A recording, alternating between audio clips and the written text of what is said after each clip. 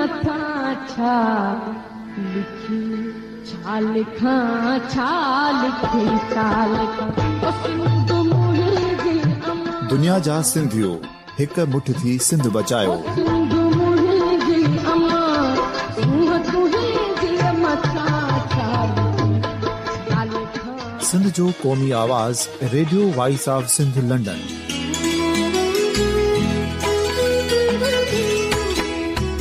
Radio voice of Sindh London पंहिंजी नशरियात में सिंध जी सियासत, समाज, इक़्तिसादियात, तारीख़, क़ौमी उमंगुनि ऐं इख़्लाक़ियात मुतलिक़ सिंध जी हक़ीक़ी तर्जुमानी कंदे प्रोग्रामनि खे असराइतो बणाइण लाइ सिंध जे घण घुरनि ऐं धरतीअ सां प्यार कंदड़ अदीबनि, दानिशवरनि, सहाफ़ियुनि, उस्तादनि, वकीलनि ऐं हर तबिके जे मानवारनि सजणनि खे सिंध में शऊरी इनकलाब लाइ सहकार जो सॾु ॾियूं था।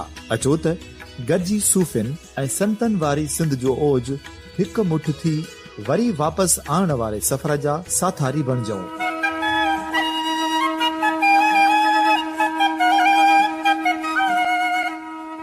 हिकु नए सुबुह जी शुरूआत जो पड़ाॾो घर घर, ॻोठ ॻोठ ऐं शहर शहर ताईं पहुचायो। शाल सिंध आबाद ऐं खुशहाल थिए, सिंधी माण्हू सुखियो ऐं सताबो थिए।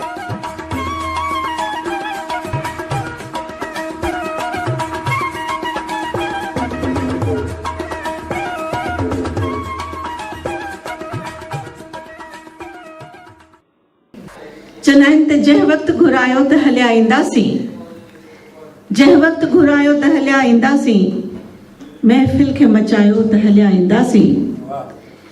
ही मेड़ ख़ुशियुनि जा त सवें ॿार अचनि पिया, सूर्य ते सॾायो त हलिया ईंदासीं।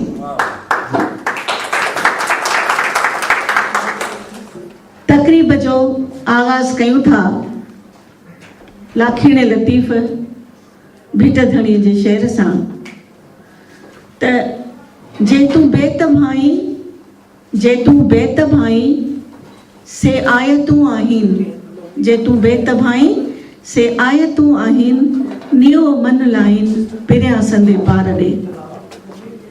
इमदाद ओठो उन जी मां तव्हांखे जदोजहद जी कहाणी छा ॿुधायां।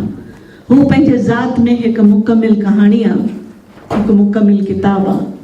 उन जो हिकिड़ो वॾो दर्दीलो जोखम जो सफ़र आहे, जंहिंजे में हुन हणा वणा महिनतूं कयूं आहिनि, कशाला कया आहिनि, कॾहिं ज़ालिम जे आॾो सिर न निवायो आहे ऐं हिकिड़ी वॾी जदोजहद खां पोइ अॼु लंडन में पहुची हिकु रेडियो क़ाइमु कयो आहे जंहिंजो नालो आहे वॉइस ऑफ सिंध।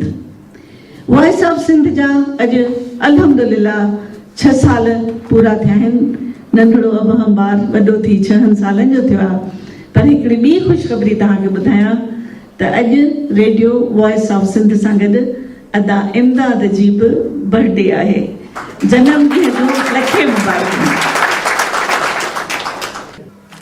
भिट धणी तुंहिंजे वतन ते काल्ह जे हाया हली, भिट धणी तुंहिंजे वतन ते काल्ह जे आया हली, सूर ॾींदा ई रहिया पोइ जीअ में जालींदा रहिया। भिट धणी तुंहिंजे वतन ते काल्ह जे आया हली, सूर ॾींदा ई रहिया पोइ जीअ में जालींदा रहिया। सिंध जे जोगियुनि जिया ॿिया सिर फिरिया काथे सॼण, सिंध जे जोगियुनि जिया ॿिया सिर फिरिया काथे सॼण। ॾंग खाईंदा रहिया पोइ नांग पालींदा रहिया। ऐं इहो ॾंग खाइण वारो इंसान अदा इमदाद ओढो, जंहिं उहे ॾंग उहे सूर सिर्फ़ु पाण कोन खाधा, उनजे सॼे ख़ानदान उहे ॾंग खाधा ऐं उन्हनि जे ज़हर खे बर्दाश्त कयो ऐं मुड़ुस थी मुंहुं ॾिनो। उन जी ॼाणी असांजे साम्हूं आहे। संदसि नालो आहे कंवल बुगटी। मां कंवल खे अर्ज़ु कंदसि त पाण महिरबानी करे हेसि ताईं अचनि ऐं अची असां सां 2 लफ़्ज़ ॻाल्हायूं। कंवल अचो। Good evening. मां पहिरियां त कॾहिं तकरीर कई न आहे। बाबा जी सालगिरह जो तमामु ख़ासि मौक़ो आहे इन जे लाइ थोरो जी न ई मां वटि कोई तहरीरी पनो आहे, न लफ़्ज़नि जो को मजमू आहे जेको मां तव्हांजे आॾो बयानु कयां। बसि मुंहिंजे दिलि जो कुझु ॻाल्हियूं आहिनि जेकी हिकु धीउ पंहिंजे पीउ लाइ चई सघे थी।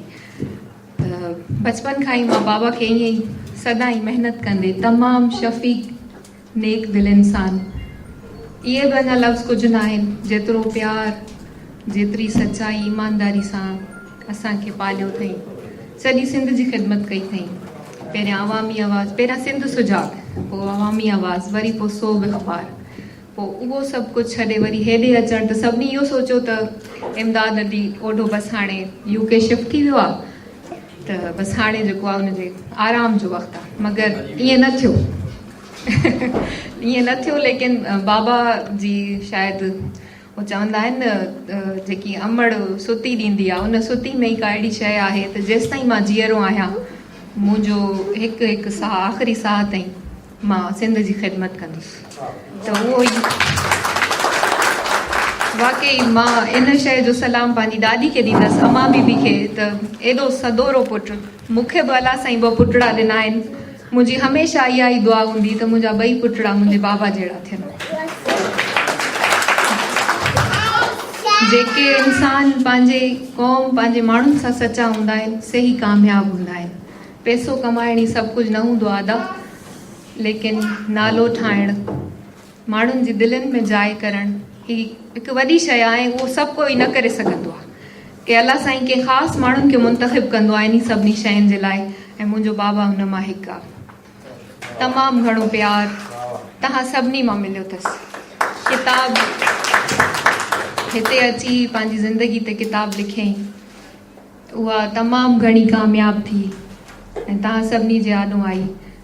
ऐं हाणे वरी रेडियो वॉइस ऑफ सिंध खे अॼु 6 साल पूरा थिया आहिनि। बाबा जी हयाती खे माशाल्लाह 71 साल पूरा थिया आहिनि। अलाह साईं वॾी हयाती ॾेसि, जीअं असां सभिनी सिंध वासियुनि खे अञा घणो प्यारु। मां सिर्फ़ु उनजी औलाद न आहियां, सॼी सिंध जा बच्चा उन जा बच्चा आहिनि। अलाह साईं मुंहिंजे बाबा जी अखियुनि ॾिठल ख़्वाब खे पूरा करे, त जे उहे ख़्वाब पूरा थिया त सिंध उहा सिंध न हूंदी जेका अॼु आहे, उहा सिंध ही ॿी का सिंध हूंदी। त इन जे लाइ मां इहा दुआ थी कयां त अलाह साईं मुंहिंजे बाबा खे वॾी हयाती ॾे। ऐं अॼु जेको वेब TV जो इफ़्तिताह थियो आहे, तव्हां सभिनी जो साथ खपे बाबा खे। बाबा अकेले त शुरू कयो आहे, पर तव्हां सभिनी जी सपोर्ट जी ज़रूरत आहे। सो प्लीज़ काइंडली मां तव्हां सभिनी खे रिक्वेस्ट कंदसि त प्लीज़ बाबा जो साथ ॾिजो, बाबा खे कॾहिं अकेलो न छॾिजो। हा अंकल जी, बसि मां ॿियो त कुझु एतिरो तव्हांजो वक़्तु न वठंदसि, लेकिन इहो चवंदसि त बाबा खे अकेलो कॾहिं न छॾिजो।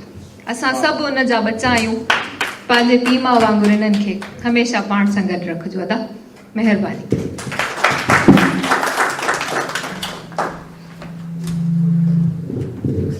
वॾी महिरबानी कंवल, तव्हांखे ॻाल्हाइण जे लाइ न कंहिं लिखत में तहरीर जी ज़रूरत हुई। इहो तव्हांजे अंदर जो आवाज़ हो जेको असां सभिनी जे हाण में घिड़ी वियो। इहे तव्हांजा लफ़्ज़ न हुआ, उहे मोती हुआ, ऐं इन्हनि असां मोतियुनि खे हमेशह संभाले रखंदासीं। तव्हांखे ॾिसी मूंखे हिकिड़े शाइर जो शेर यादि आयो, जेको उन सिंध में हिकु छोकिरीअ खे जॾहिं ॾिठा हुई त पंहिंजा सिंधी कपिड़ा विसारे ॿिया कपिड़ा पातल, ऐं त मूंखे सिंधी नथी अचे या सिंधी हुजण ते मूंखे शर्म थो महसूसु थिए। त जहिड़े तरीक़े सां तव्हांजी तरबियत थी आहे, तव्हां लंडन में आहियो, त मूंखे उनजो शेर थो यादि अचे ऐं तव्हां उनजो बतड़ आहियो। उन शेर लिखियो हो त मचो तिन खे माउ तूं मिठड़ियूं ई थियूं, मचो तिन खे माउ तूं मिठड़ियूं ई थियूं, पाए वेस विलात जा, विलायत खे विलात चवंदा आहिनि, पाए वेस विलात जा गंदरियूं घुमनि थियूं, मुलियूं छो जियूं हिन पंहिंजे गिंजर कप ते। त उनजे बरक्स जॾहिं मां तव्हांखे ॾिसां थी त मूंखे हिकिड़ो फ़ख्रु थो महसूसु थिए, ऐं मूंखे हिकिड़ी जेलसी बि थी थिए अदा इमदाद सां त मूंखे अहिड़ी धीउ छो कोन्हे, पर अदा इमदाद जी धीउ माना मुंहिंजी धीउ, उन जे करे उहा जेलसी बि ख़तमु थी थिए। अवां जी समातुनि ताईं radio voice of Sindh London